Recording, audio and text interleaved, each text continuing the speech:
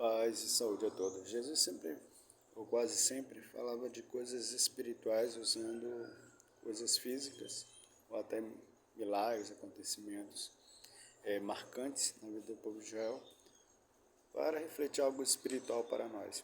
Olha aqui, ó, em João 6, diz assim, ó, 32, diz assim, disse-lhe, pois Jesus, na verdade vos digo que Moisés não vos deu pão do céu, mas meu Pai vos dá o verdadeiro pão. Porque o pão de Deus é aquele que desce do céu e dá vida ao mundo. E disse-lhe, pois o Senhor dá-nos sempre desse pão. E Jesus lhe disse, eu sou o pão da vida.